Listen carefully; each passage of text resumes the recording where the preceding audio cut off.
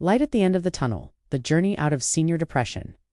What is more frightening than loneliness? It's when you live among family, but still feel alone in your own soul.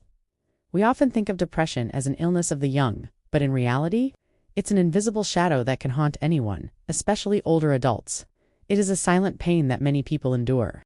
Today I'm going to tell you the story of Arthur, a man who bravely faced this challenge and found the light at the end of the tunnel, proving that depression is not the end but a challenge that can be overcome.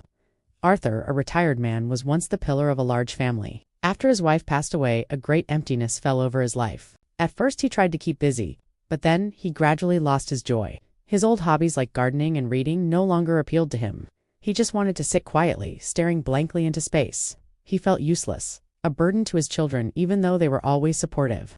He was afraid of being a bother and worried his children would think he was weak. Each night he couldn't sleep well. Negative thoughts swirled in his mind, making him both physically and mentally exhausted. He had no idea that this wasn't just old age tiredness, but the sign of an illness that needed to be treated.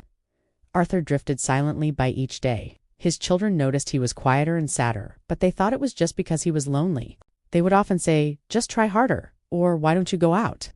But those words only made him feel more pressured and isolated. Depression is like a car engine that's low on oil.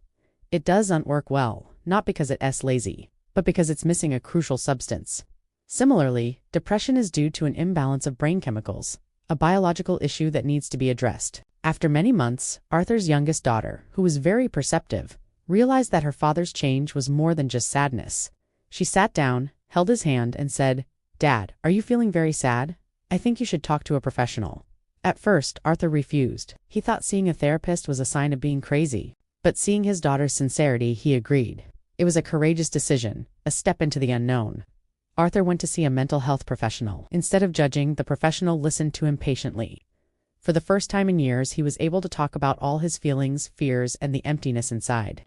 He felt a sense of relief he hadn't known in a long time. The professional didn't give him complex advice.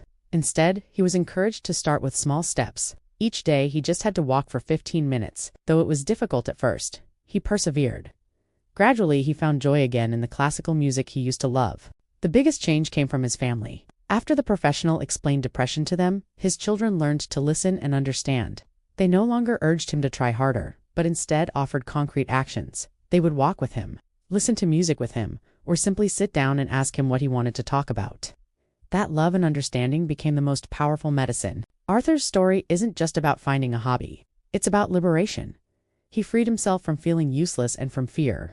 He realized that depression is not a destiny, but a challenge that can be overcome.